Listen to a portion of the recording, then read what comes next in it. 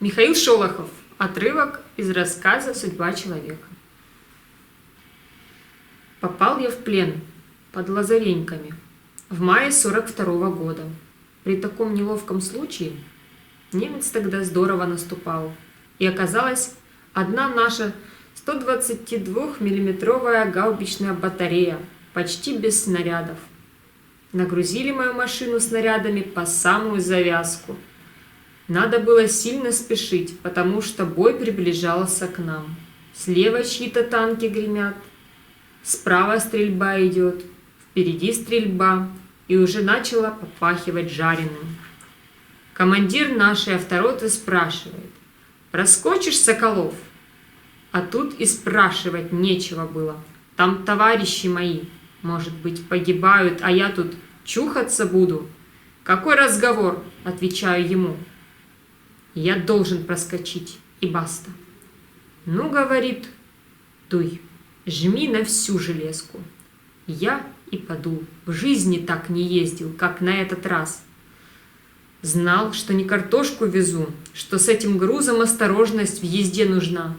Но какая же тут может быть осторожность, когда там ребята с пустыми руками воюют, когда дорога вся насквозь артогнем простреливается? Пробежал километров 6, скоро мне уже на проселок сворачивать, чтобы пробраться к балке, где батарея стояла. А тут, гляжу, мать честная, пехотка и справа, и слева от крейдера по чистому полю сыпет. И уже мины рвутся по их порядкам. Что мне делать? Не поворачивать же назад. Давлю вовсю, и до батареи остался какой-нибудь километр. Уже свернул я на проселок, а добраться до своих мне, браток, не пришлось. Видно, из дальнобойного тяжелый положил он мне возле машины. Не слыхал я ни разрыва, ничего, только в голове будто что-то лопнуло, и больше ничего не помню. Как остался я живой тогда, не понимаю. И сколько времени пролежал в метрах 8 от кювета, не соображу. Очнулся, а встать на ноги не могу. Голова у меня дергается, всего трясет, будто в лихорадке, в глазах темень, и в левом плече что-то скрипит и похрустывает.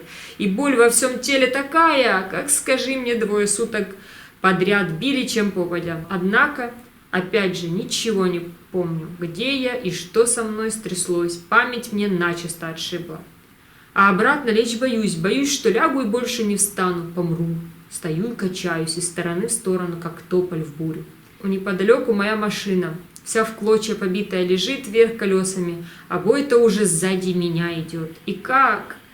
Нечего греха таить, вот тут у меня ноги сами с собой подкосились, и я упал, как срезанный, потому что понял, что я уже в окружении, а скорее сказать, в плену у фашистов. Вот как оно на войне бывает.